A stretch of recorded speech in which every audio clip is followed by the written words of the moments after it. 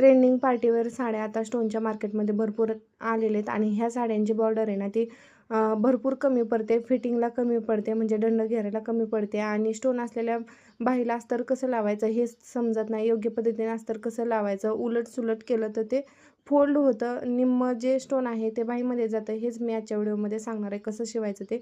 Komal's creation या YouTube चॅनलवर मी कोमल आपलं अगदी मनापासून स्वागत करते. तर बघा, जनरली असे ब्लाऊज पीस असतात.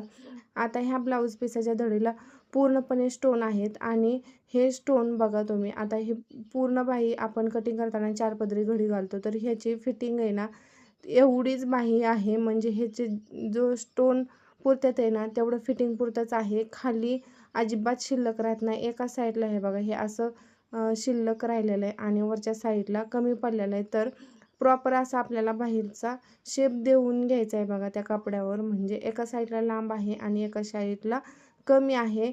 अशा पद्धतीने हा शेप दिल्यानंतर बाही तयार होते आणि त्यावेळेस काय करायचं, जिथं बाही कमी आहे तिथं एक्स्ट्रा कापड आपल्याला जोडायचं आहे आणि बाही पूर्ण अशी तयार करायची आहे. हे एक्स्ट्रा कापड जोडल्याने बाहीचा शेप पण देता येतो आणि हे जॉईन दिलेलं कापड आहे ना हे दिसत पण नाही, कारण हे फिटिंगमध्ये जातं, एक्स्ट्रा मार्जिनमध्ये जातं कापड. आपल्याला जी बॉर्डर येते रेडीमेड ती फिटिंग पुरतीच असते आणि बाही पूर्ण होत नाही. नवीन असतात ना त्यांना कळतच नाही की ही बाही कशी पूर्ण करायची आणि ह्या बाहीला अस्तर पण कसं लावायचं, स्टोन असलेल्या बाहीला अस्तर योग्य पद्धतीने कसं लावायचं हे सुद्धा बऱ्याच जण मैत्रिणींना कळत नाही, कन्फ्यूज होतं.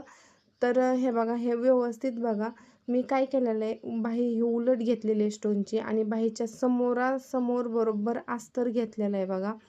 हे बघा अशा पद्धतीनं आणि जे फोल्डेड काट आहेत बघा, थोडेसे काट असतात फोल्ड, तर ते पण यामध्ये फोल्ड झाले पाहिजेत, वरती दिसले नाही पाहिजे. बाही आणि अस्तर समोरासमोर ठेवून हळूहळू अशी टीप मारायची आहे. म्हणजे काय होतं, स्टोन पण आपले जात नाही आणि बाहीची जी बॉर्डर असते ती सुद्धा जात नाही. एकदम व्यवस्थित फिनिशिंगमध्ये अस्तर जोडलं जातं. जर अशा पद्धतीनं अस्तर बसवलं तर हे बघा तुम्ही बघू शकताय, अजिबात एक्स्ट्रा कापड वगैरे काय सुद्धा फोल्ड झालेलं नाही पुढच्या साईडनी, तुम्ही पाहू शकताय.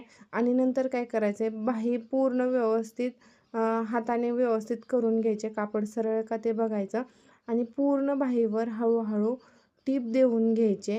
हे बघा अशा पद्धतीने, जर व्यवस्थित होत नसेल तर व्यवस्थित ते हाताने प्रेस करून घ्यायचं आहे, जेणेकरून बाहीला पण गुढी येणार नाही याची काळजी घ्यायची. अशा पद्धतीने अस्तर जोडलं ना तर बाही खूप फिनिशिंगमध्ये दिसते. बाहीचे बॉर्डर वगैरे अजिबात काही जात नाही आहे, फिटिंगमध्ये सुद्धा जात नाही, बाही फिनिशिंगमध्ये दिसते.